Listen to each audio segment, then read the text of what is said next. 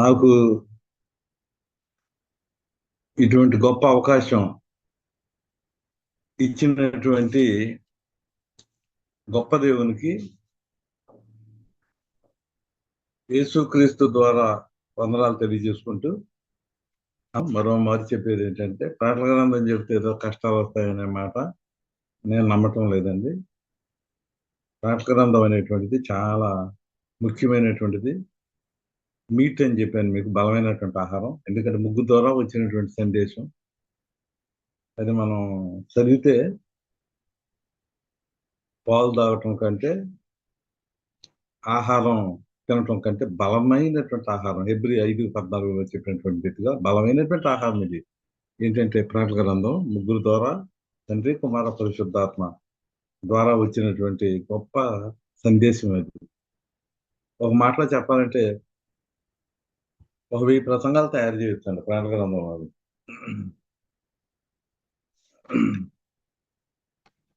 అయితే ఈ 1వ అధ్యాయంలో కొన్ని విషయాలు మనం ధ్యానం చేద్దామండి. కొన్ని విషయాలు మనం ధ్యానం చేద్దాం. ఇది పోయినసారి నేను మర్మము అంటే ఏంటో మీతో మనం చేసుకున్నాను.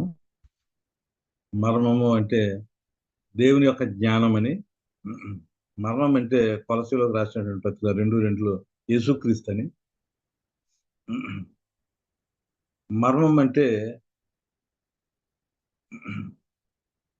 దేవుని యొక్క సందేశం అని. రెండంచులుగా ఖడ్గమైనటువంటి దేవుని యొక్క వాక్యమే అని మనం చెప్పేసుకున్నామండి.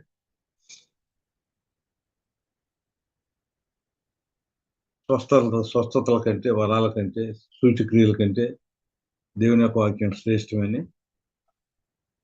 ఈ యొక్క వాక్యం 10వ అధ్యాయంలోకి వచ్చేసరికి రాయటం పూర్తయింది. 10, 11 అధ్యాయాలు వచ్చేసరికి ప్రకటన గ్రంథం ఈ వాక్యం సంపూర్తి అయిపోయింది రాయటం అనేటువంటి విషయం కూడా మనం చెప్పుకున్నామండి. అంటే ఈ మర్మము అంటే దేవుని యొక్క వాక్యం.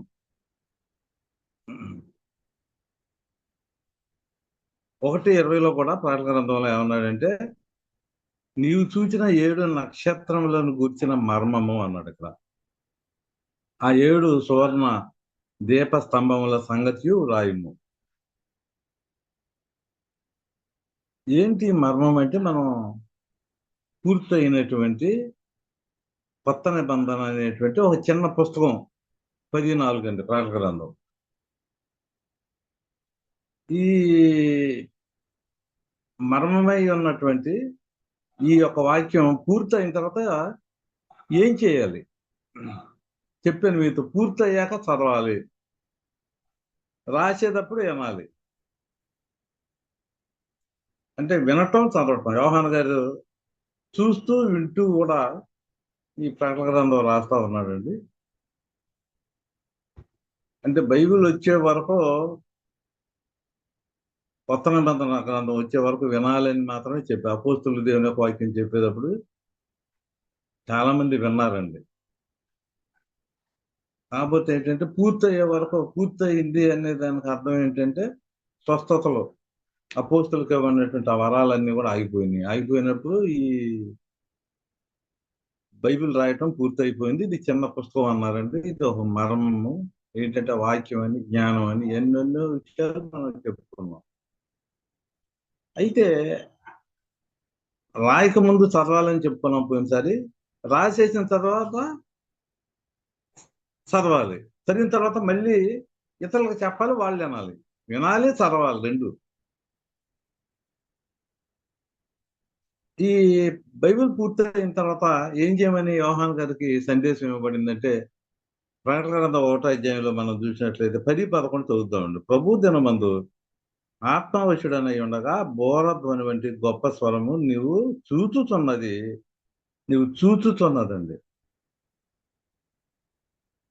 పుస్తకంలో రాసి, చూసారండి, రాసి అంటే రాయాలన్నమాట. అంటే ఈ రాయటం ఎప్పుడు పూర్తయింది మీతో చెప్పానండి. 10వ అధ్యాయము 11వ అధ్యాయంలో ఆ ప్రాంతంలో పూర్తయింది, వరాలు ఆగిపోయినప్పుడు.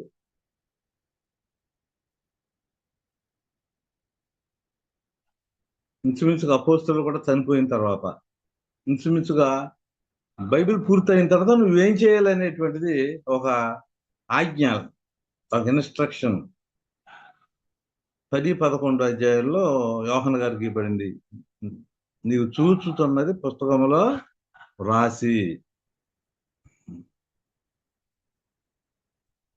రాయటం కూడా పూర్తయిపోయిందని మనం చెప్పుకున్నామండి. మరణం అంటే ఏంటో మీతో చెప్పుకున్నాం. అందుచేత ఇక్కడ మనం నేర్చుకునేది ఏంటంటే 9వ వచనంలో, మీ సహోదరుడును యేసును బట్టి కలుగు శ్రమలోను రాజ్యములోను సహనములోను పాలివాడనైన యోహానును నేను దేవుని యొక్క వాక్యము నిమిత్తము యేసును గుర్చిన సాక్ష్యము నిమిత్తమును పద్మసు దీపమున పరవాసనైతే, అంటే ఇక్కడ నేర్చుకునేది మనం ఈ మర్మమై ఉన్నటువంటి జ్ఞానం, లేకపోతే ఈ యొక్క దేవుని యొక్క వాక్యం సంపూర్తి చేయబడినటువంటి ఒక చిన్న పుస్తకం నిమిత్తం యోహాను గారు శ్రమల పాలయ్యాడు. పద్మాసు దీవుల్లో వేయబడినట్లుగా మనం చూస్తా ఉన్నామండి. పద్మాసు దీవుల్లో ఆయన అక్కడ ఒక శిక్ష వేసినట్లుగా, ఒక చెరలో ఉన్నట్లుగా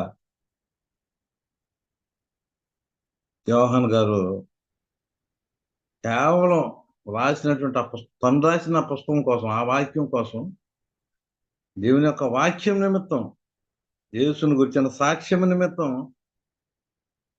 యోహాను గారు శ్రమల పాలయ్యాడు. అంటే ప్రకటన గ్రంథం రాసినటువంటి యోహాను గారు శ్రమల పాలయ్యారు వాక్యం నిమిత్తం. అంటే ఏంటనమాట, ఇక్కడ మనం నేర్చుకునేది వాక్యం నిమిత్తం కనుక నువ్వు పని చేసావా నీకు కష్టాలు వస్తాయి. కానీ దానిలో కంఫర్ట్ కూడా దేవుడిస్తాడు, కన్సోలేషన్ కూడా దేవుడిస్తాడు, తప్పించుకునే మార్గాన్ని కూడా దేవుడిస్తాడు. ఎందుకంటే ఆ వాక్యం చాలా గొప్పదనమాట. అందుచేత కొద్ది కష్టాలు మాత్రం వస్తాయి. ఎందుకంటే దేవుని యొక్క వాక్యం నిమిత్తం అనే విషయాన్ని మనం ముందుగా నేర్చుకోవాలండి. నేను చెప్పే సందేశాన్ని నేర్చుకోవటానికి ముందుగా ఈ వాక్యం నిమిత్తం మనం శ్రమలు పడాలి. అంటే ఈ వాక్యం నిమిత్తం మనకేదో కలిసి వస్తుంది అని అనుకోకూడదు. కలిసి వస్తుంది, కానీ ముందు శ్రమలు. చూసారా, నువ్వుల నూనె రావాలంటే నువ్వులు దాంట్లో నలగాలి, అప్పుడు నువ్వుల నూనె వస్తుంది. ఆ రీతిగా ముందు శ్రమలు, తర్వాత మనకి దానిలో దీవులు ఉంటాయి అనేటువంటి విషయాన్ని నేను మీతోటి మనవి చేసుకుంటాను. ముందు క్రాస్ అనమాట అండి, తర్వాత క్రౌన్. ముందు క్రాస్ తప్పనిసరి, శ్రమలు తప్పనిసరి, దేని నిమిత్తం, వాక్యం నిమిత్తం. తర్వాత క్రౌన్, జై జీవితం దేవుడు మనకు ఇస్తాడు అనే విషయాన్ని నేను మీతోటి మనవి చేసుకుంటున్నాను. 6వ అధ్యాయంలో కూడా మీరు ఒకసారి ఒక మాట చూడండి. 9వ వచనం, 6, 9. దేవుని యొక్క వాక్యం నిమిత్తము తాము ఇచ్చిన సాక్ష్యం నిమిత్తమును వధింపబడిన వారి ఆత్మలను బలిపీఠం క్రింద చూచితిని. చూశారండి, వధింపబడి హతసాక్షులైనటువంటి వారి ఆత్మలు, అంటే సాక్ష్యం నిమిత్తము దేవుని యొక్క వాక్యం నిమిత్తం ఏమొస్తాయి? యోహాను గారికి కష్టాలు వచ్చాయి. పద్మాసు దీవుల్లో ఆయన చెరగా వేయబడ్డాడు. మరి ఇక్కడ చూసినట్లయితే చాలా మంది అండి, ఇంకా లెక్క పూర్తి అవ్వలేదండి. ఇక్కడ ఒక సమూహం ఉన్నట్లుగా మనం చూస్తూ ఉన్నామండి. వాళ్ళందరూ కూడా నాదా సత్యస్వరూపని పరదేశంలో ప్రార్థన చేస్తా ఉన్నట్లుగా మనం చూస్తా ఉన్నామండి. దేవుని యొక్క వాక్యం నిమిత్తం వాళ్ళు, యోహాను గారైతే శ్రమలు పడ్డాడు, పద్మాసు దీవుల్లో వేయబడ్డాడు. ఇక్కడైతే హతసాక్షులు అయిపోయినట్లుగా, వధించబడినట్లుగా మనం చూస్తా ఉన్నామండి. అదే రీతి ఇదే విషయాన్ని 20వ అధ్యాయం 4వ వచనం చూడండి దయచేసి. ప్రకటన గ్రంథం 20వ అధ్యాయం 4వ వచనంలోకి వెళ్తే ఈ రెఫరెన్స్ అన్ని కూడా మీరు నోట్ చేసుకోండి. 20వ అధ్యాయం 4వ వచనం. వారిని యేసు విషయమే తాము ఇచ్చిన సాక్ష్యం నిమిత్తము, దేవుని యొక్క వాక్యం నిమిత్తము శిరచ్ఛేదనం చేయబడిన వారి ఆత్మలను చూచితిని. గుర్తుంచుకోండి, ఏ వాక్యం అయితే రాయటం పూర్తయిపోయిందో, మరణం ఏంటంటే ఒకటే గుర్తుంచుకోండి, ఈ వాక్యం నిమిత్తం ముందు శ్రమలు వస్తాయి, నువ్వులు నలగాలి, తర్వాత నూనె వస్తుంది. ముందు క్రాస్, తర్వాత క్రౌన్ అనేటువంటిది మర్మం. స్వస్థత ద్వారా నీకు ఎన్ని గొప్ప కార్యాలు జరిగినా వాక్యం ద్వారా మీకు ఎన్నో మేలులు జరుగుతాయి. ఇదేంటంటే వాక్యం అంటే అర్థం ఏంటి? 2 తిమోతికి 2:16-17 ఏం చెప్తుంది? ప్రయోజనకరమైన వాక్యం. ధర్మశాస్త్రం నిష్ప్రయోజనమైంది.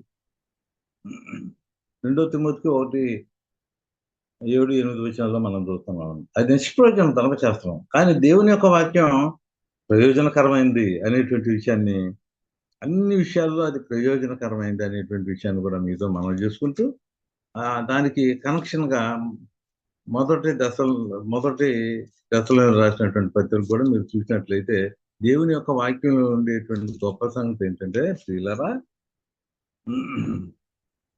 2:13 చూడండి. మొదటి దశలో రాసినటువంటి పత్రిక 2:13లో ఆ హేతు చేతను మీరు దేవుని గూర్చిన వర్తమాన వాక్యం వలన అంగీకరించినప్పుడు మనుషుల వాక్యం అనేంతగా అది నిజముగా ఉన్నట్టు దేవుని యొక్క వాక్యమని దాన్ని అంగీకరించింది. గనుక మేము మానక దేవునికి కృతజ్ఞతాస్తుతులు చెల్లించుతున్నాము. ఆ వాక్యమే విశ్వాసులైన మీలో కార్యసిద్ధి కలుగు చేస్తున్నది. చూసారండి, దేవుని యొక్క వాక్యం నెమ్మదిస్తుంది.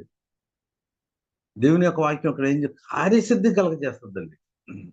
కానీ మొట్టమొదట శ్రమలు పడాలి. శ్రమలు పట్టడం నేర్చుకోవాలి. అదొక మరణం.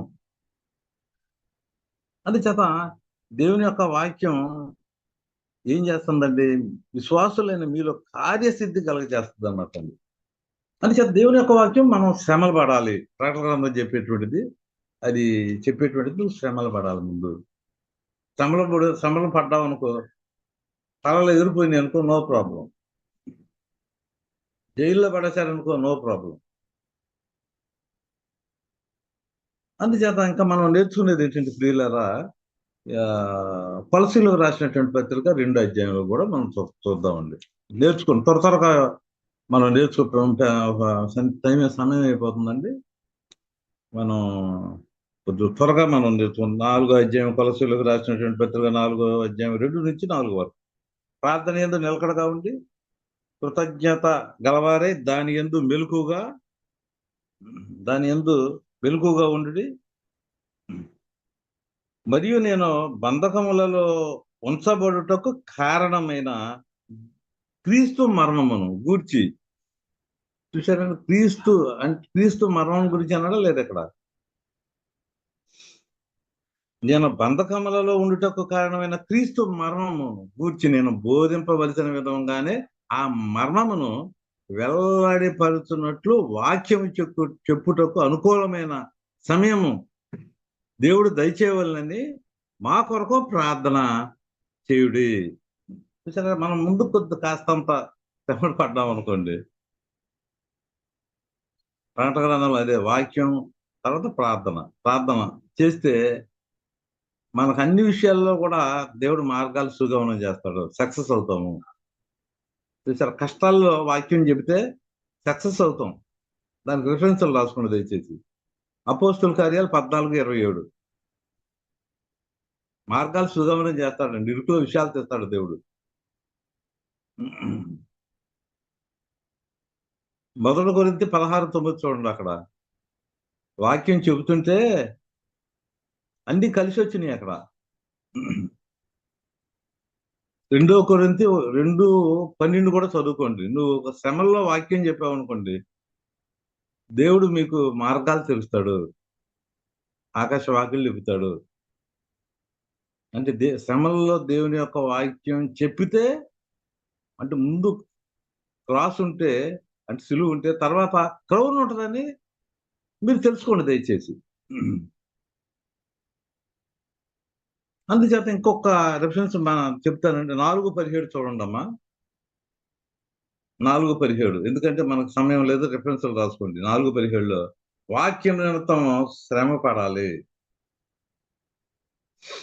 బాతి మీద పడినటువంటి విత్తనం కానీ, ముళ్ళ పొదల్లో పడినటువంటి విత్తనం కానీ, ఈ శ్రమలు అనిచేసినప్పుడు వాళ్ళు జారిపోతారంట. మత్తయి 13:21 కూడా రాసుకోండి. మత్తయి 13:21 వాక్యం నిమిత్తం శ్రమ వస్తుంది. శ్రమ వచ్చినప్పుడు ఆ బండ మీద పడినటువంటి విత్తనం ఎలా మొలవదో అలా ఫలించని నేరడు. ముళ్ళ పొదల్లో ఆ శ్రమలు వచ్చినప్పుడు అణిచేసినప్పుడు అణచబడతాడు. నువ్వు సాతాన్ని అణిచేయనైనా అని 16:20లో రోమ వాక్యం చెబుతుంటే మీరే కాలుతో అణిచేయండి దాన్ని, అణచండి, తొక్కండి అని చెబుతుంటే మీరు సాతాను చేత తొక్కబడుతున్నారు. ఇది ఎక్కడ దారుణం చెప్పండి. ఎందుకంటే వాక్యం లేదు మీలో. తప్పుడు బోధలు ఉన్నాయి. తప్పుడు బోధలు ఉన్నాయి కనుక నువ్వేమీ చేయలేకపోతున్నావు. ఎందుకంటే ప్రకటన గ్రంథం 2వ అధ్యాయంలో తన దాసులకు అన్నాడు చూడండి. అసలు ఈ ప్రకటన గ్రంథం ఎవరికి? అందరికీ కాదండి. ప్రకటన గ్రంథం నువ్వు చదవలేకపోతున్నావు. దీనికి కారణం ఏంటంటే ఫస్ట్ లైన్ చూడండి, యోహాను రాసినటువంటి సువార్త. యేసుక్రీస్తు తన దాసులకు కనపరచుటది. ప్రకటన గ్రంథం ఎవరికంటే దాసుడుగా ఉండాలి నువ్వు. యోహాను గారు కూడా దాసుడే, 4వ లైన్లో చూస్తున్నాం. యేసుక్రీస్తు కూడా ఒక దాసుడే. యేసుక్రీస్తు బ్రదర్స్ కూడా, యోహాను గారు కూడా నేను దాసుడిని అన్నాడు. యాకోబు కూడా నేను దాసుడిని అన్నాడు. అందుచేత మనం ఆలోచించ ప్రకటన గ్రంథం 2వ అధ్యాయంలో చూడండి దయచేసి. ఇక్కడ ప్రవక్తనని చెప్పుకొనుచున్న యెజబెలు స్త్రీని ఉండనిచ్చుచున్నావు. ఎక్కడ? తొడతైర సంఘంలో. అది నా దాసులకు బోధించుచు వారిని మోసం చేస్తున్నారు.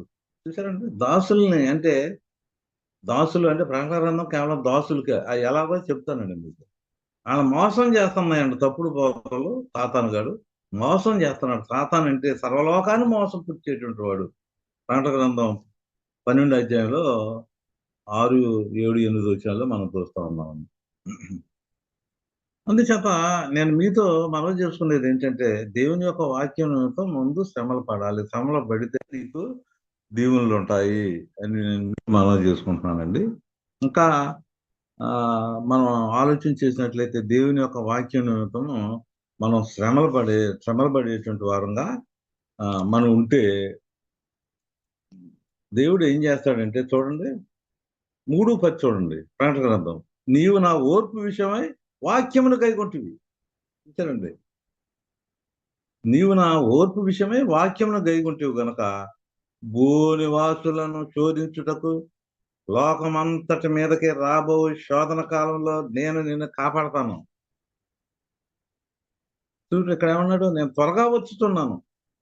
ఎవడనూ నీ కిరీటం అపహరింపకుండానట్లు నీకు కలిగిందని గట్టిగా పట్టుకో. ఆ సందేశాన్ని, ఆ ఉపదేశాన్ని, హెబ్రీ 2:1లో ఆ సందేశాన్ని గట్టిగా పట్టుకో. 1 కొరింథీ 15:1లో ఆ సందేశాన్ని గట్టిగా పట్టుకోవాలి నువ్వు.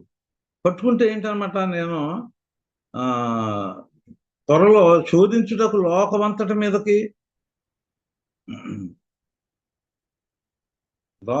మీదకి రాబో శోధన కాలంలో నేను నిన్ను కాపాడతా. ప్రకటన గ్రంథం చెప్పేది. దేవుని యొక్క వాక్యాన్ని నువ్వు గైకొన్నావు అనుకోండి, కష్టకాలంలో నిన్ను కాపాడతాను. ఎందుకంటే ప్రకటన గ్రంథం 1వ అధ్యాయంలో 1:1లో త్వరలో సంభవింపబనై ఉన్నవి. ప్రకటన గ్రంథంలో ఉండేటువంటి డొమిషన్ కాలంలో, వెస్పేషియన్ డొమిషన్ కాలాల్లో, టైటస్ కాలాల్లో సంభవిస్తాయి. రోమా ప్రభుత్వ కాలంలో సంభవిస్తాయి. కష్టాలు వస్తాయి మీకు త్వరలో. వచ్చినప్పుడు అక్కడ చెప్తున్నాడు కదా, 2:10లో ఓర్పు విషయమై వాక్యములు కైకొంటివి గనక భూనివాసులను శోధించుటకు లోకమంతా మీదటికి రాబో శోధన కాలంలో డొమిషన్ ద్వారా, వెస్పేషియన్ ద్వారా త్వరలో మీకు కొన్ని కష్టాలు వస్తాయ్యా, కొన్ని శ్రమలు వస్తాయి మీకు. 11వ అధ్యాయంలో ప్రకటన గ్రంథంలో చెప్పినటువంటి కొన్ని కష్టాలు వస్తాయి, ఇబ్బందులు వస్తాయి. అప్పుడు నేను తప్పకుండా మిమ్మల్ని కాపాడతాను. అందుచేత ప్రియమైనటువంటి వాళ్ళ ఒక్కటి మనం నేర్చుకున్నామండి. మొట్టమొదట యోహాను రాసినటువంటి ప్రకటన గ్రంథంలో అసలు ఈ ప్రకటన గ్రంథం ముఖ్యంగా మనకి కూడా రాయబడింది. అయితే ఈ ప్రత్యక్షత అనమాట అండి. ఇది ఒక దర్శనం. ఇది ప్రత్యక్షత అంటే వెల్లడి చేయటం. ప్రకటన గ్రంథం ఇది ఒక దర్శనం అనమాట అండి. దేవుడు ఎవరికి ఇచ్చాడు ఈ దర్శనం?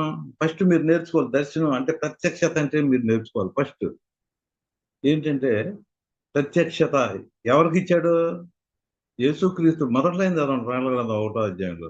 యేసుక్రీస్తు తన దాసులకు కనపరచుటకు దేవుడు ఆయనకంటే యేసుక్రీస్తు కదండి, యోహాను గారు ఆయనకంటే యేసుక్రీస్తుకు కదండి, యేసుక్రీస్తుని కనపరచుటకు అంటే బయలుపరచటానికి యోహాను గారికి దేవుడు ఇచ్చినటువంటి ప్రత్యక్షత దేవదూత సహాయంతో. యోహాను గారేమో రాస్తా ఉంటాడు, దేవదూత ఏమో చూపెడతా ఉంటాడు. ముగ్గురు ద్వారా వచ్చినటువంటి గొప్ప సందేశం ఇది, బలమైనటువంటి ఆహారం ప్రకటన గ్రంథం. అందుచేత ప్రత్యక్షత ఎవరికి ప్రశ్న వేస్తాను, ఎవరికండి? యోహాను గారికి. ఎవరిచ్చారు ఈ ప్రత్యక్షత? దేవుడు. ఎవరికి? యేసుక్రీస్తుకి ఇచ్చాడు ఈ ప్రత్యక్షత. ఎవరి ద్వారా? తన దూత ద్వారా. దూత ఎక్కడ ఉన్నాడు? దూత అంటే నక్షత్రాలు అని చెప్పాను కదా. దూతలాగా యేసుప్రభు చేతులు, కుడి చేతిలో ఉన్నారు వీళ్ళందరూ కూడా. దూతలు అంటే పంచభూతాలు, ఇవన్నీ కూడా దేవుడి చేతిలో ఉన్నాయి, యేసుప్రభు చేతిలో ఉన్నాయి. అది మనం నేర్చుకోవాలి. అది ప్రత్యక్షత అనేటువంటి విషయం మీతో చెబుతున్నాను. ఇక్కడ ఫస్ట్ మీరు నేర్చుకోండి, ప్రత్యక్షత ఎవరికి? యోహాను గారికి. ఎవరి ద్వారా? దేవుని ద్వారా.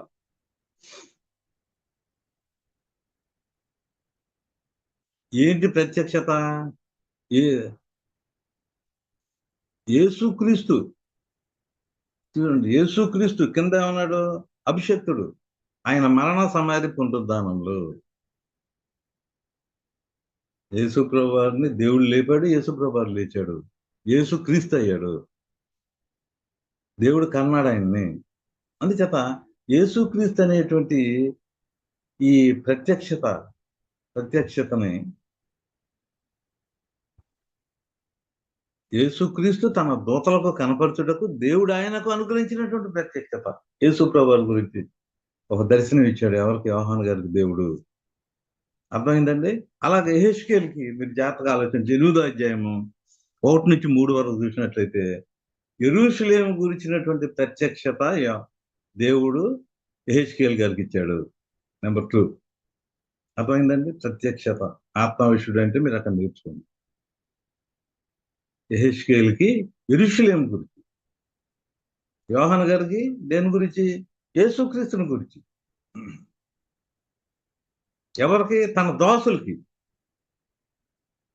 ఇక్కడ మనం ఆలోచన చేస్తా ఉన్నాం, యెరూషలేము గురించినటువంటి ప్రత్యక్షత ఎవరికి ఇచ్చాడు? యెహెజ్కేలుకి ఇచ్చాడు. మరి పౌలు గారికి ఏమి ఇచ్చాడు? 2 కొరింథీ 12వ అధ్యాయం 2-4 వరకు చూసినట్లయితే మీరు ఇంటి దగ్గర చదువుకోండి. అక్కడ పరదేశును గురించినటువంటి ప్రత్యక్షత దేవుడు పౌలు గారికి ఇచ్చాడు. ఆత్మవశుడై ఉండగా అన్నాడు అక్కడ పౌలు గారు, గుర్తుందా? అక్కడ చదువుకోండి మీరు. ఇప్పుడు మీకు అర్థమైంది కదా ప్రత్యక్షత అంటే. మీకు అర్థమైందండి. ఒకటి యోహాను గారికి ఇచ్చాడు. ఏంటి? ప్రకటన గ్రంథం ఇచ్చాడు. అంటే ఏంటి? యేసుప్రభు వారి గురించినటువంటి ప్రత్యక్షత. నెంబర్ 2 ప్రత్యక్షత యెహెజ్కేలు గారికి యెరూషలేము గురించినటువంటి ప్రత్యక్షత ఆత్మవిషుడుగా చేసి ఇచ్చినట్టుగా మనం చూస్తున్నాం. పౌలు గారు కూడా ఆత్మవిషుడుగా ఉన్నప్పుడు పరదేశం గురించినటువంటి ప్రత్యక్షత.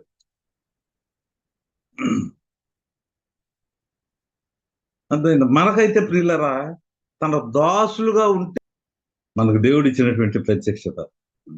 నేను ప్రకటన గ్రంథం ఎవరికంటే ప్రకటన గ్రంథం ఈ ప్రత్యక్షత అనేటి వాళ్ళందరికీ ఇండివిజువల్ గా ఒకళ్ళు ఇచ్చారు. కానీ ఈ ప్రకటన గ్రంథం అయితే నువ్వు దాసుడుగా ఎవరైతే ఉంటారో వాళ్ళందరికీ ఈ ప్రత్యక్షత, ఈ ప్రకటన గ్రంథం ఇవ్వబడినట్లుగా మనం చూస్తున్నాం. అర్థమైందా కదయ్యా? రాయక ముందు యోహాను గారు ఈ ప్రకటన గ్రంథం రాసేసిన తర్వాత మనందరికి దాసులకి, యెహెజ్కేలుకి పౌలు గారికి కూడా ప్రత్యక్షత, ఆత్మవిషుడు అంటే ఏంటో మనం చూసుకున్నాం. ప్రత్యక్షత అంటే ఏంటో కూడా మనం ఆలోచన చేసామండి. అయితే ప్రియులారా, ఈ ఈ ప్రకటన గ్రంథం మొదటి అధ్యాయంలో సంఘాలకు కూడా ప్రత్యక్షత ఇచ్చాడు తన చిత్త ప్రకారం. సంఘాలకు 7 సంఘాలు ఉన్నాయి కదా, ఒక్కొక్క సంఘానికి ఒక్కొక్క ప్రత్యక్షత. యోహాను గారికి ప్రత్యక్షత, యెహెజ్కేలు గారికి ప్రత్యక్షత, పౌలు గారికి ప్రత్యక్షత, దాసులమైనటువంటి మనకి ప్రకటన గ్రంథం అంటే మనం ప్రకటన గ్రంథం పూర్తయిన తర్వాత మనకి పూర్తిగా ఆగమనకు యోహాను గారికి ప్రకటన గ్రంథం. ఇప్పుడు మనం నేర్చుకునేది ఏంటంటే ఈ తక్కువ సమయంలో 7 సంఘాలకి 7 ప్రత్యక్షతలు ఇచ్చాడు. అది మొదటి అధ్యాయంలో రాయబడినట్లుగా మనం చూస్తా ఉన్నామండి. అదే రీతిగా 2వ అధ్యాయం చూడండమ్మా. 2వ అధ్యాయంలో ఆ ప్రత్యక్షత ఏంటో చూడండి. ఆ సంఘానికి ఇంట్రడ్యూస్ చేసుకుంటాడు. నాయన నీ ప్రత్యక్షత ఇది, నీ గురించి ఇదిగో ఈ ప్రత్యక్షత నీకు ఇస్తున్నా, దాని గురించి మెడిటేట్ చేయి. ఇంకో విషయం, మర్మం అంటే ఏంటో తెలుసా అండి? చెప్పాను కదా మీకు, మర్మము అంటే ఏంటి? వాక్యం అని చెప్పాను. ఇంకా ఇంకో మర్మం అంటే ఏంటి? తన దాసులకి అని చెప్పాను. ఇంకా మర్మం అంటే ఏంటి? ముందు క్లాసు తర్వాత క్రౌన్ అని చెప్పి. మర్మం అంటే ఏంటి? 7 సంఘాలకే కాదు. అర్థమైందండి? 7 సంఘాలకు చదివించుకోవటానికి తీసుకెళ్ళి వాళ్ళకి ఇవ్వమని చెప్పాడు కదా! 1, 10, 11లో. 7 సంఘాలు కాదండి, అన్ని క్రీస్తు సంఘాలు. అది మర్మం. 7 సంఘాలు కాదు, అన్ని క్రీస్తు సంఘాలకు, అది మర్మం. ఇంకా మర్మం అంటే ఏంటి? మత శాఖలకు కాదు. అంటే పరలోకంలో హెడ్ క్వార్టర్ ఎవరికుందో ఆళ్ళకే ఈ మర్మం. భూలోకంలో హెడ్ క్వార్టర్స్ ఉన్నటువంటి వాళ్ళకి ఈ ప్రకటన గ్రంథం వద్దు, వాళ్ళకి చెల్లదు. అదే మర్మం. అది మర్మం అంటే అదనమాట. అందుచేత ఇక్కడ సంఘానికి ఒక మర్మం అనమాట. ప్రకటన గ్రంథానికి ఏం చెప్పాడు చూడండి, 2:1లో చూడండి. 7 నక్షత్రములు తన కుడి చేత పట్టుకుని 7 దీప స్తంభముల మధ్య సంచరించువాడు చెప్పు సంగతులేమనగా, తనను ఇంట్రడ్యూస్ చేసుకుంటున్నాడు. ఈ మాట చెప్పి యేసుక్రీస్తు ఆ సంఘాల్లో సంచరించేటువంటి ఆ యేసుక్రీస్తు తను పరిచయం చేసుకుంటున్నాడండి ఈ మాట చేత. నాయన నీ ప్రత్యక్షత ఇది.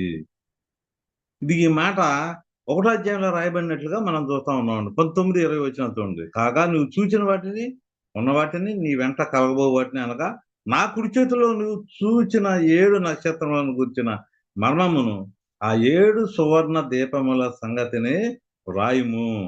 ఆ 7 నక్షత్రములు 7 సంఘములకు దూతలు. ఆ 7 దీపస్తంభములు 7 సంఘాలు. ఇక్కడ అన్నాడు కదండి, మొదటి అధ్యాయంలో ఇది యోహాను గారికే కాదు ఈ ప్రత్యక్షత, సంఘాలకు కూడా కొన్ని ప్రత్యక్షలు ఇస్తున్నాను అని 19, 20లో చెప్పాడు అనమాట. అది ఎవరికి? ఎఫ్సి సంఘానికి.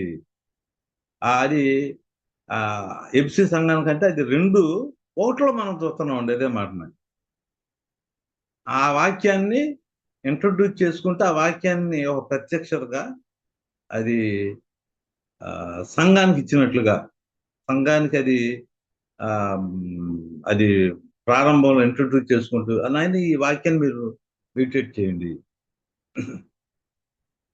ఆ రీతిగా యేసుప్రభు వారు తనను తాను కొత్తగా మనం కొత్తగా ఇంట్రడ్యూస్ చేసుకుంటా ఉన్నాడు ఎఫ్సి సంఘాన్ని. తర్వాత 8వ వచనం చూడండి. స్వర్ణలో ఉన్న సంఘపు దూతకి ఎలా వ్రాయము, మొదటి వాడును కడపట్టిన వాడునయ్యుండి మృతుడనై మరలా బ్రతికిన వాడు చెప్పు సంగతులు ఏమనగా, చూసారు ఈ స్వర్ణ సంఘానికి ఈ వాక్యం ద్వారా ఇంట్రడ్యూస్ చేసుకుంటున్నాడు. ఈ ప్రత్యక్షత ద్వారా మీ సంఘానికి ఇది ప్రత్యక్షత, దీన్ని మీరు మెడిటేట్ చేయండి. నేను ఈ రీతిగా మిమ్మల్ని కొత్త విధానం, అంటే సూర్యోదయం రోజుకు ఒక రీతిగా ఎలాగుంటుందో ఒక్కొక్క సంఘానికి ఒక రీతిగా, ఒక్కొక్క సంఘానికి ఒక్కొక్క ప్రత్యక్షత, ఒక్కొక్క సంఘానికి దేవుడు ఒక్కొక్క దీవెనలు ఇస్తాడు అనమాట, ఆశీర్వాదాలు ఇస్తాడు ప్రకటన గ్రంథంలో. అంటే స్వర్ణంలో ఇచ్చిన ఆధిక్యత ఇప్పుడు ఈ వాక్యం అందరికీ అనేటువంటిది, ఈ సందేశం అందరికీ అనేటువంటి విషయం మనం మర్చిపోకూడదు, అన్ని సంఘాలకి. అయితే దాసులుగా ఉండాలని మీతోటి మనవి చేసుకున్నానండి. అందుచేత ఇక్కడ 1:8లో ఉన్నటువంటి మాట 1:18లో మనం చూస్తున్నామండి. 1:18లో ఉన్న మాట 2:8లో మనం చూస్తున్నాం. అంటే స్వర్ణకి ఆ వాక్యాన్ని ప్రత్యక్షతగా ఇచ్చాడు. 1:18లో నేను మొదటి వాడను, కడపటి వాడను, జీవించువాడను, మృతుడనైతిని గాని ఇదిగో యుగయుగములు సజీవుడై ఉన్నాను, మరియు మరణం యొక్క పాతాళ లోకం యొక్క తాళపు చెవులు నా స్వాధీనంలో ఉన్నవి. ఈ ప్రత్యక్షతని ఎవరికి ఇచ్చాడు? స్వర్ణ సంఘానికి ఇచ్చాడు. ఎక్కడ ఇచ్చాడు? 2:8లో ఇచ్చినట్లుగా మనం చూస్తా ఉన్నామండి. అదే రీతిగా 12 1:16 చూడండి. ప్రకటన గ్రంథం 1:16లో ఆయన కుడి చేత 7 నక్షత్రములు పట్టుకొని ఉండెను. ఆయన నోటి నుండి రెండంచులు గల వాడి అయిన ఖడ్గం ఒకటి బయలువెడుచుండెను. ఇదేంటి నోటి నుండి రెండంచులు గల వాడి అనేటువంటి ఖడ్గం అంటే ఏంటి? ఇది దేవుని యొక్క వాక్యం. రెండంచులు కలిగినటువంటి ఖడ్గం అంటే ఫిబ్రవరి 4:12 అది దేవుని యొక్క వాక్యమే. అందుచేత స్వర్ణ సంఘానికి ఈ పెర్గములో ఉండేటువంటి సంఘానికి 1:16లో ఉండేటువంటిది ప్రత్యక్షతగా అంటే ఇక్కడ చూడండి 2:12లో అదే మాటను మనం చూస్తున్నాం. పెర్గములో ఉన్న సంఘపు దూతకు ఎలా వ్రాయము వాడి అయినటువంటి రెండంచులు గల ఖడ్గం వాడు చెప్పు సంగతులు ఏమనగా అంటే ఇది ఒక ప్రత్యక్షత. ఇది 1:16లో చెప్పాడు అనమాట. ఏమని చెప్పాడు? తన కుడి చేత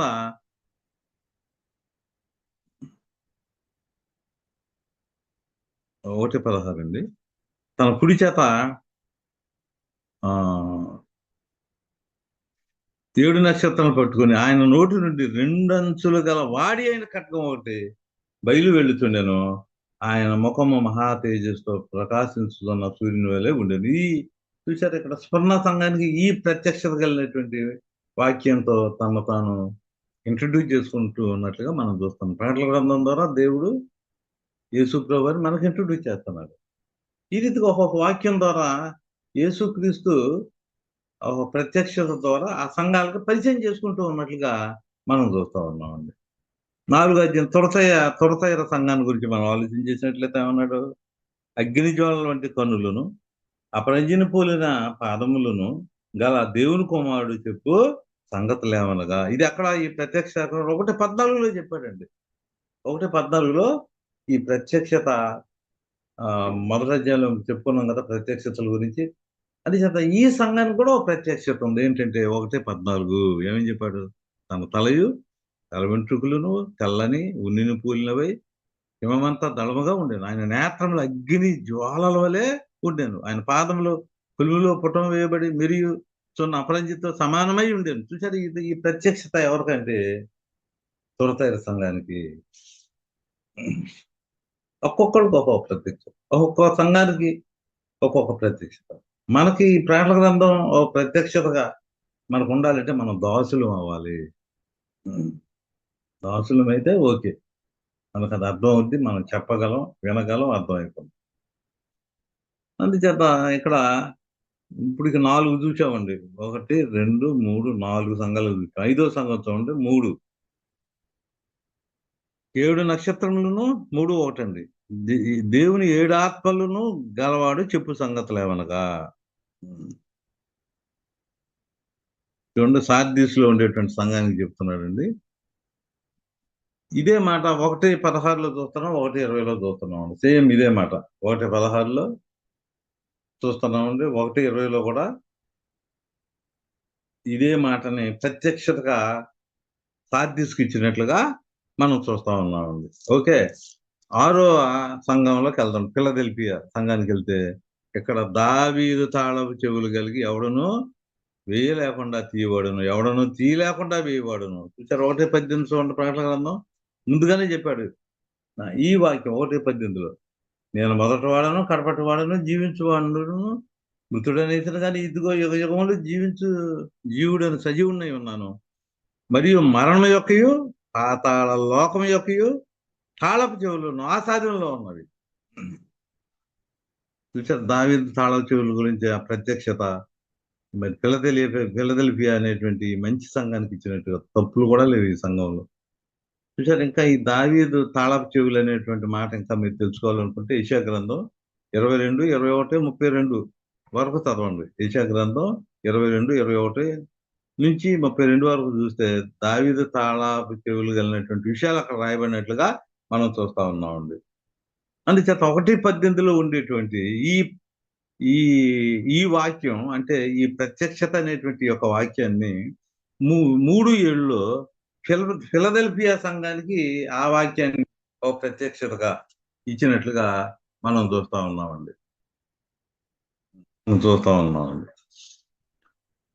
తర్వాత లవుదోకియా సంఘానికి ఒక ప్రత్యక్షత ఇచ్చాడండి. ఏంటంటే ప్రియులారా, 1:5 చూడండి ఫిలదెల్ఫియా సంఘానికి.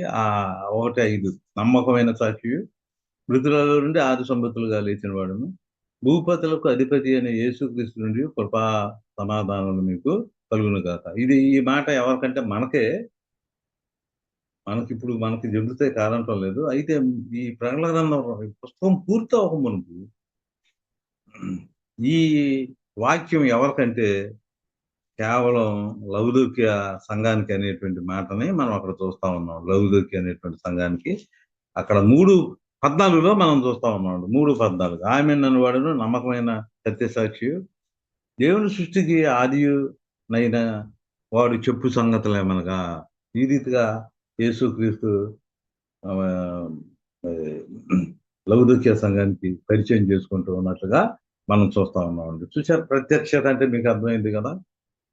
ఒక్కొక్కళ్ళకి ఒక్కొక్క విధానం.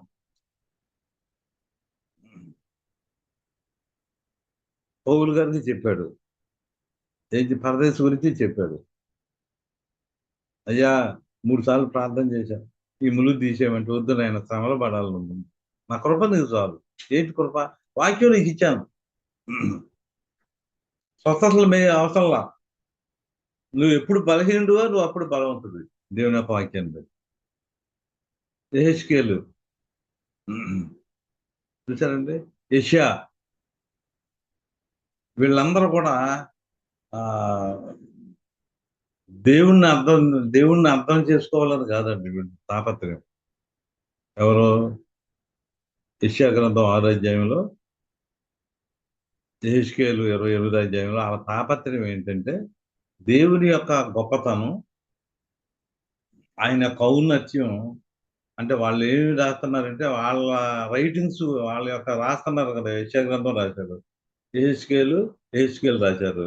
వాళ్ళ పుస్తకాల గురించి వాళ్ళు వ్యాఖ్యానం చేయట్లా. వాళ్ళు రాసే విధానం ఏంటంటే, యెషయా రాశాడు అనుకోండి,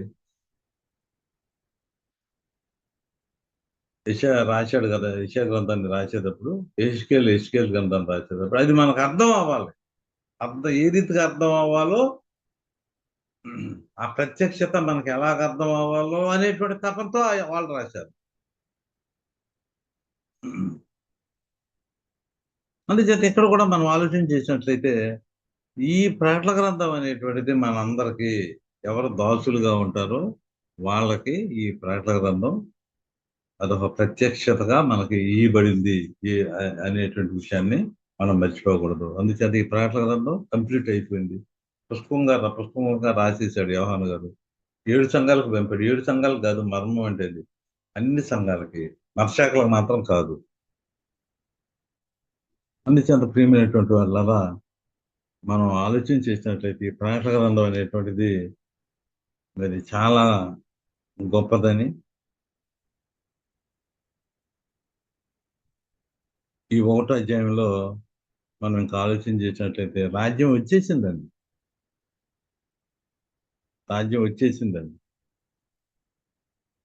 1:9లో రాజ్యంలోను సహనములోను పాలువాడినైన యోహానును నేను. రాజ్యం వచ్చేసింది. రాజ్యం అంటే సంఘం. రాజ్యం వచ్చేసింది. నెంబర్ 1 ఒకటి నేర్చుకున్నాం మనం. వచ్చేసిందా లేదా? వచ్చేసింది. నెంబర్ 2, ఆ రాజ్యానికి అంటే ఆ సంఘానికి తినటానికి బైబిల్ కూడా పూర్తయిపోయింది. బైబిల్ కూడా వచ్చేసింది.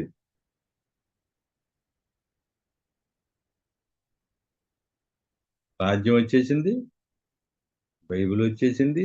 ఈ వాక్యం కనుక నువ్వు చదివావు అనుకోండి, నువ్వు దాసుడు అవ్వాలి. అది గుర్తుంచుకోండి. దాసుడు అంటే అర్థం ఏంటి? నువ్వు దాసుడుగా అవ్వాలంటే ఇక్కడ ఏమన్నాడంటే సహనం ఉండాలి. సహనం గనక దేవుని యొక్క వాక్యాన్ని నువ్వు చదివితే నీకు సహనం వస్తుంది. సహనం అంటే ఏంటంటే నువ్వు దాసుడు అయిపోయావు అంతే. ఓర్పు, సహనం, ఎండ్యూరెన్స్, ఫ్యాటిగ్యూ. ఎప్పుడైతే నువ్వు సహనం కలిగి ఉన్నావో, దాసుడు అయిపోయావో, ప్రకటన గ్రంథం నీ సొత్తు అవుతుంది. అందుచేత దేవుని యొక్క వాక్యాన్ని మీరు ఎప్పుడు కూడా మెడిటేట్ చేయండి. ఎప్పుడు కూడా మీరు మెడిటేట్ చేస్తే తప్పకుండా దేవుడు మిమ్మల్ని మనందరిని కూడా దీవించేటువంటి వాడుగా ఉంటాడని నేను ప్రత్యేకంగా మనవి చేస్తా ఉన్నానండి. ఈ ప్రకటన గ్రంథంలో ఉండేటువంటి ఇంకా కొన్ని విషయాల్ని దేవుని చిత్తం అయితే మరి రాబోయే దినాల్లో ఇంకా కొన్ని ప్రసంగాలు చెప్పడానికి నేను ప్రయత్నం చేస్తానండి. ప్రస్తుతానికి మాత్రం ఈ ఈ మొదటి అధ్యాయంలో ఉండేటువంటి విషయాలు మీరు గమనించాలని మనవి చేసుకుంటా ఉన్నాను. అక్కడ ఉండేటువంటి సంఘం అనేటువంటి దానికి ముఖ్యమైనది ఏంటి? సంఘం అనేటువంటిది వచ్చేసిందని చెప్పాను కదా, రాజ్యం వచ్చేసింది. ఈ రాజ్యంలో ఎవరుంటారు? ఒకటి సహనం ఉండాలి మీకు. 2 నువ్వు దాసుడు అవ్వాలి. 3 ఏంటంటే తాపత్రయం ఉండాలి. ఏంటి ఆ తాపత్రయం? యోహాను గారు ఈ పుస్తకం రాస్తున్నాడు, ఆసక్తి కలిగి, మంచిదే. దేవుడు ఏం చెప్పాడంటే ఈ పుస్తకం రాయను ఆయన అంటే, ఆయనకి మనసులో చూడండి, ఆత్మవిషుడిని నేను సంఘానికి వెళ్ళలేకపోయాను, సంఘంలో ఆరాధన చేయలేకపోయాను, నేను పద్మాస్పీవుల్లో ఉన్నాను, నాకు సంఘానికి మధ్యలో నీళ్లు అడ్డు ఉన్నాయి. దేవుడు ఏం చేశాడంటే నీ శ్రమలో నీ కోరికకి అడ్డుగా ఉండవు, నీకును నీ సంఘానికి అడ్డుగా ఉన్నటువంటి ఆ నీళ్లు నీకు అడ్డుగా ఉండవు అని ఆత్మవశుడిగా చేసి తాను ఆ ఏ సంఘంలో అయితే పనిచేస్తున్నాడో ఆ ఎఫ్సి సంఘానికి చూపించడానికి, ఇంకా ఒక సంఘంలోనే వెళ్ళలేదని బాధపడుతుంది, 7 సంఘాలు చూపించాడు. అందుచేత యోహాను గారు తన సంఘంలో ఆరాధన చేయడానికి నీళ్ళు అడ్డు రాలేదు. చూసారా, ఏ సంఘమైనా ఈ ప్రకటన గ్రంథంలో ఉండేటువంటి సంఘాలు 7 సంఘాల్లో తప్పులు సరి చేశాడు కదా. 19 అధ్యాయంలోకి వచ్చేసరికి నీతి క్రియలు కనపడినాయి ఆ సంఘంలో, అని సరి చేసుకున్నారు వాళ్ళు. అప్పుడు దేవుడి దగ్గరికి వెళ్ళడానికి ఒక సముద్రం ఉంటుందంట 4వ అధ్యాయంలో. దేవుడికిను సంఘానికి ఒక సముద్రం ఉంటుందంట. 21 అధ్యాయంలోకి వచ్చేసరికి 21 అధ్యాయంలోకి వచ్చేసరికి ఈ మధ్య సముద్రం అడ్డు తీసేసాడు దేవుడు. యోహాను గారికి అయితే అడ్డు నీళ్లు ఉన్నాయండి, దీపం కదా, చుట్టూ నీళ్లు ఉన్నాయి సంఘం దగ్గరికి వెళ్ళడానికి. అయ్యేమి ఆయన ఆపలేకపోయింది. పరలోక రాజ్యానికి వెళ్ళడానికి ఒక సముద్రం అడ్డు ఉంది. 4:8 మనం చూస్తున్నాం ప్రకటన గ్రంథం. కానీ 21 అధ్యాయంలో వచ్చేసరికి సముద్రం లేదు అక్కడ. ఆ సముద్రం అనేటువంటి అడ్డు తీసేస్తాడు. నువ్వు వాక్యం చదివితే నీకు ఉన్నటువంటి అడ్డులన్నీ పోతాయి, నీకు మార్గాలు సుగమనం చేస్తాడు దేవుడు. మరి ఈ రోజుకి మనం ఈ సందేశాన్ని ముగించుకొని మరి ఈ యొక్క కార్యక్రమాన్ని మన సూర్యతేజ గారికి అప్పగిస్తా ఉన్నానండి. వారి ప్రార్థనతో, వారు ఎవరైతే చెబుతారో వారి ప్రార్థనతో ఈ కార్యక్రమాన్ని మనం ముగించుకుందామండి. అందరికీ కూడా వందనాలు. వందనాలండి. మనకి అమూల్యమైన సందేశాన్ని ప్రకటన గ్రంథం నుంచి మనకి తెలియపరిచారండి. ప్రకటన గ్రంథం ఒక మర్మం అని, ఆ మర్మాన్ని మనం తెలుసుకోవాలన్న విషయాన్ని దేవుడు దేవుడు తను తెలియపరిచాడని. ప్రత్యక్షత అంటేనే ప్రకటన అనమాట. ప్రత్యక్షత అంటే ప్రకటన అంటే మనకు సందేశం అందించడం అనమాట. ప్రకటన అంటే ఒక సందేశం తెలియపరచడం, ప్రకటన చేయటం. ఆ ప్రకటన, ఆ మర్మం మనం తెలుసుకోవాలి. ఆ మర్మం ఏంటంటే దేవుని నిమిత్తం పనిచేస్తుంటే వాళ్ళు దాసులుగా ఉంటారు, దాసులకు శ్రమ వస్తుంది. ఆ శ్రమలో ఓర్పుతో సహనంతో ముందు కొనసాగాలి. తుదకు వాళ్ళ జీవితాల్లో దేవుడు దీవెనలు ఇస్తాడు అన్నదే మర్మం. అంటే మర్మం ఏంటంటే క్రైస్తవ జీవితంలో శ్రమలు మేలండి. వాక్య నిమిత్తం శ్రమ పడిన వారు ధన్యులు. ఆయన చక్కని ఉదాహరణలు చెప్పారంటే క్రౌన్ అనమాట. సిలువ తర్వాత వచ్చే కిరీటం అనమాట, శ్రమల తర్వాత వచ్చే దీవెనలు అనమాట. అది ప్రకటన చెప్పే విశేషమైన సంగతి అండి. అది మనం గమనించుకొని ప్రకటన చదువుతున్నప్పుడు కానీ, లేకపోతే మన క్రైస్తవ జీవితంలో శ్రమలు వస్తున్నప్పుడు కానీ మనం దేవుడి మీద ఆధారపడుతూ, ఇంకా ఎక్కువగా దేవుడి మీద ఆధారపడుతూ, మనకు వచ్చే శ్రమలో మనం మేలు కొరకే అది ప్రకటన కింద తెలియపరుస్తుంది. ఇది దేవుడు ప్రత్యక్షత మనం తెలియపరుస్తున్నాడు యేసుక్రీస్తు వారి ద్వారా. యోహాన్ గారికి దేవుని ద్వారా ప్రత్యక్షించబడదు, ప్రత్యక్షత మనకి ఇవ్వబడ్డదండి. అదే యేసుక్రీస్తు వారి గురించి ప్రత్యక్షత. ఈ ప్రత్యక్షత మనం ఏంటంటే శ్రమల్లో మన ఓర్పుతో సహనంతో ఉండాలి. ఆ శ్రమణ వెనకాల దేవుడు దీవెనిస్తాడు అన్న విషయాన్ని మనకి కేవలం ఈ ప్రత్యక్షత కేవలం యోహాను గారు మాత్రమే కాదు, 7 సంఘాలకు కూడా ప్రత్యక్షత ఇవ్వబడ్డది. కేవలం 7 సంఘాలకు మాత్రమే కాదు కానీ సార్వత్రిక సంఘాలు, అన్ని సంఘాలకు ఇవ్వబడ్డాయి.